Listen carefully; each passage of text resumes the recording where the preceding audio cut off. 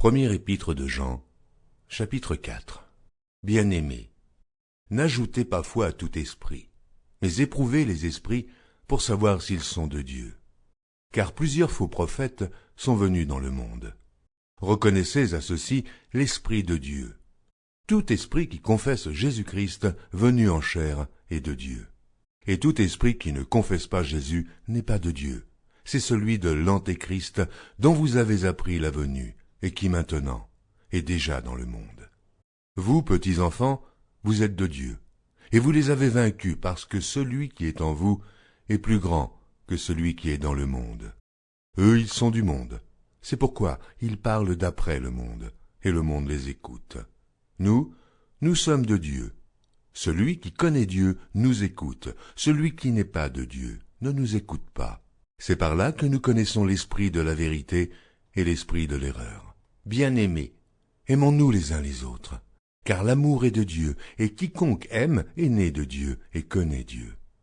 Celui qui n'aime pas n'a pas connu Dieu, car Dieu est amour.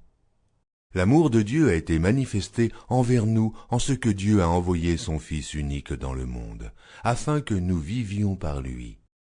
Et cet amour consiste, non point en ce que nous avons aimé Dieu, mais en ce qu'il nous a aimés et a envoyé son Fils comme victime expiatoire pour nos péchés. Bien-aimés, si Dieu nous a ainsi aimés, nous devons aussi nous aimer les uns les autres. Personne n'a jamais vu Dieu.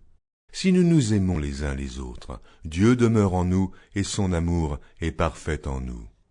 Nous connaissons que nous demeurons en lui et qu'il demeure en nous, en ce qu'il nous a donné de son esprit. Et nous avons vu et nous attestons que le Père a envoyé le Fils comme sauveur du monde. Celui qui confessera que Jésus est le Fils de Dieu, Dieu demeure en lui et lui en Dieu. Et nous avons connu l'amour que Dieu a pour nous, et nous y avons cru.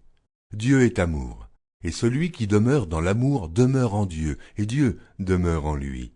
Tel il est, tel nous sommes aussi dans ce monde. C'est en cela que l'amour est parfait en nous, afin que nous ayons de l'assurance au jour du jugement. La crainte n'est pas dans l'amour. Mais l'amour parfait bannit la crainte, car la crainte suppose un châtiment, et celui qui craint n'est pas parfait dans l'amour. Pour nous l'aimons, parce qu'il nous a aimés le premier. Si quelqu'un dit « J'aime Dieu » et qu'il haïsse son frère, c'est un menteur. Car celui qui n'aime pas son frère qu'il voit, comment peut-il aimer Dieu qu'il ne voit pas?